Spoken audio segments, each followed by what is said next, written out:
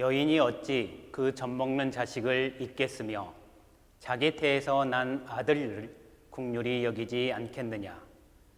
그들은 혹시 잊을지라도 나는 너를 잊지 아니할 것이라. 하나님은 영이시니 예배하는 자가 신령과 진리로 예배할지니라. 아멘. 찬송 374장입니다.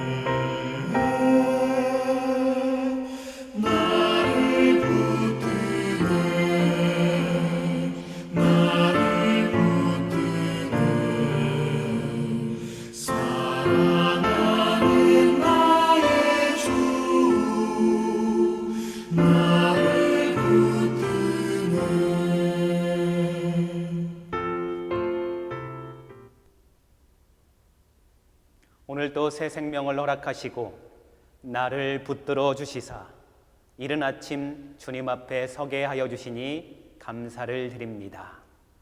이 시간 오늘 하루의 시작을 주님의 말씀으로 주님께 찬양을 드리며 시작하오니 오늘 하루도 저희들에게 복된 날이 되게 하여 주시고 주님의 말씀으로 사는 저희들이 될 수 있도록 인도하여 주실 줄로 믿고 예수님의 이름으로 기도드리옵나이다.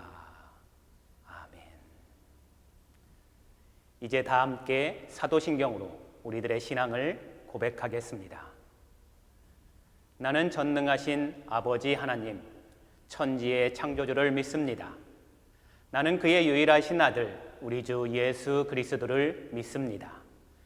그는 성령으로 잉태되어 동정녀 마리아에게서 나시고 본디오 빌라도에게 고난을 받아 십자가에 못 박혀 죽으시고 장사된 지 사흘 만에 죽은 자 가운데서 다시 살아나셨으며 하늘에 오르시어 전능하신 아버지 하나님 우편에 앉아 계시다가 거기로부터 살아있는 자와 죽은 자를 심판하러 오십니다.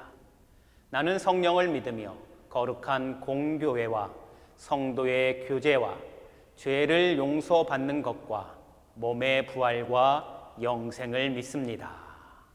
아멘. 오늘 아침 우리에게 주시는 하나님의 말씀은 이사야 49장 14절에서 18절의 말씀입니다.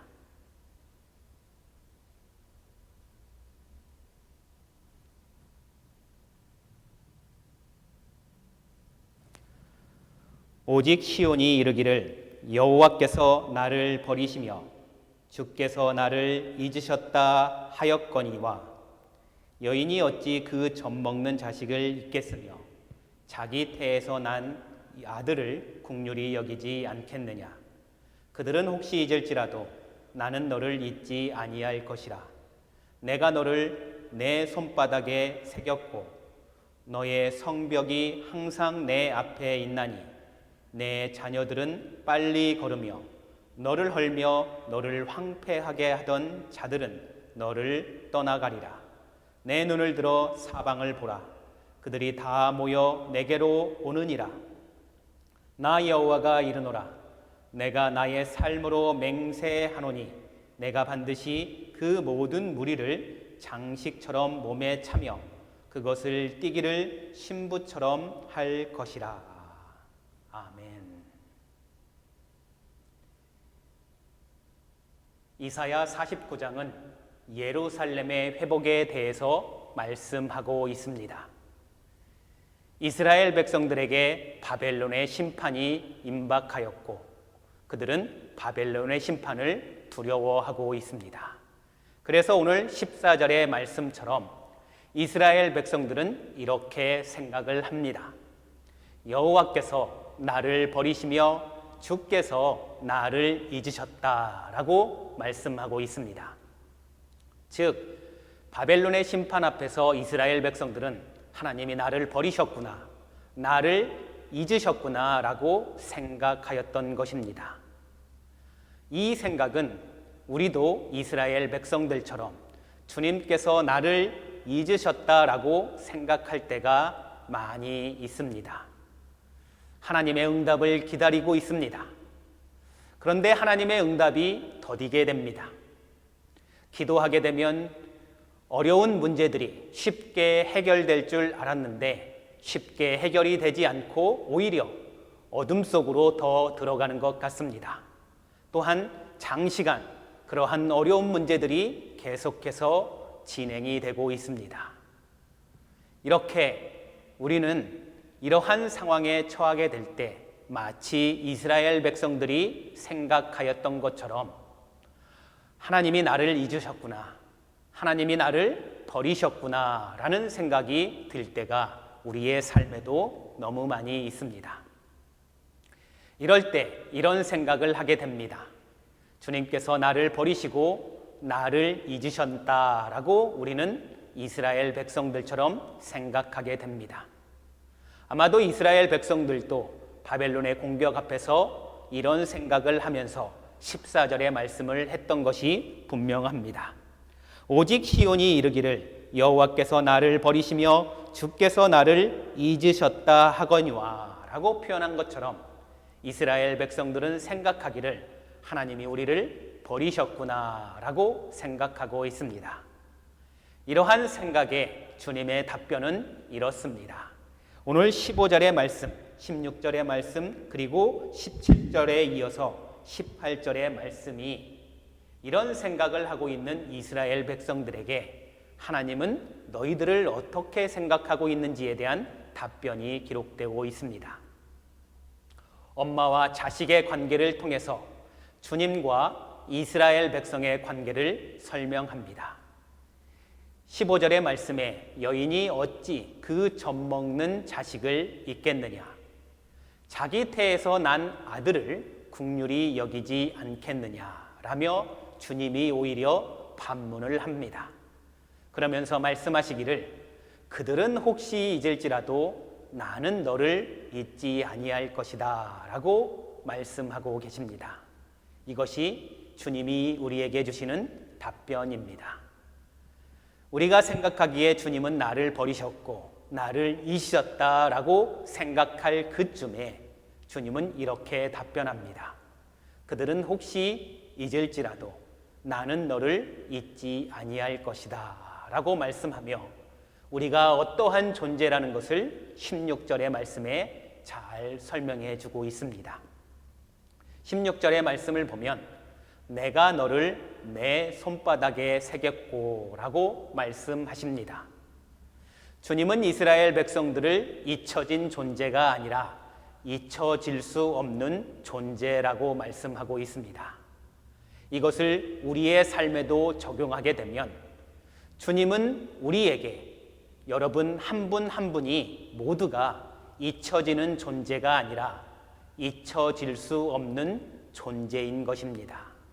그것을 주님은 이렇게 표현하였습니다. 주님의 손바닥에 새겨진 존재. 저와 여러분 모두는 주님의 손바닥에 새겨진 존재입니다.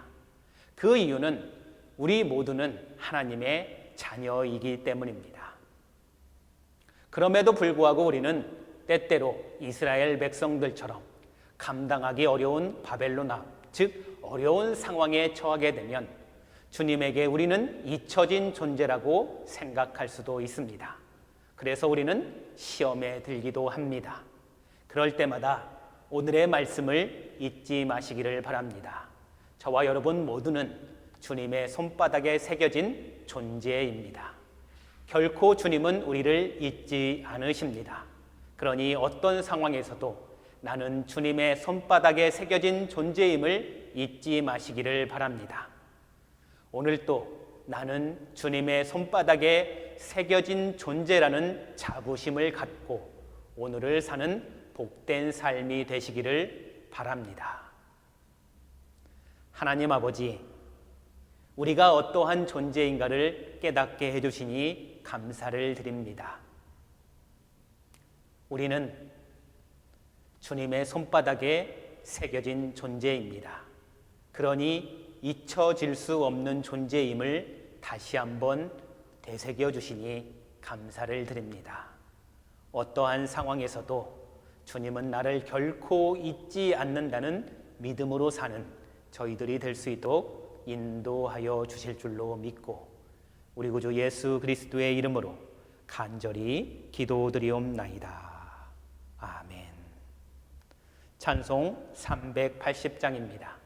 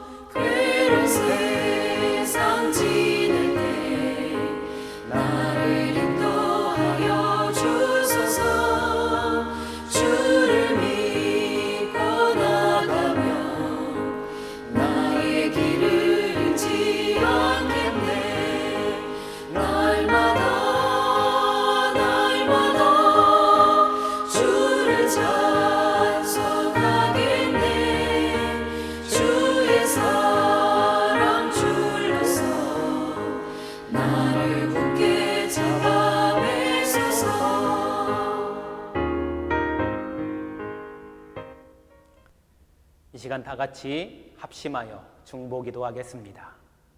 하나님의 뜻이 이 땅 가운데 이루어지기를 위해서 하나님이 세워주신 각 나라와 민족의 지도자들을 위해서 기도하시기를 바랍니다. 말씀을 생활 속에서 실천하는 이 땅의 교회들이 될 수 있도록 기도하시고 특별히 밴쿠버 한인 장로교회를 위해서 기도하시기를 바랍니다.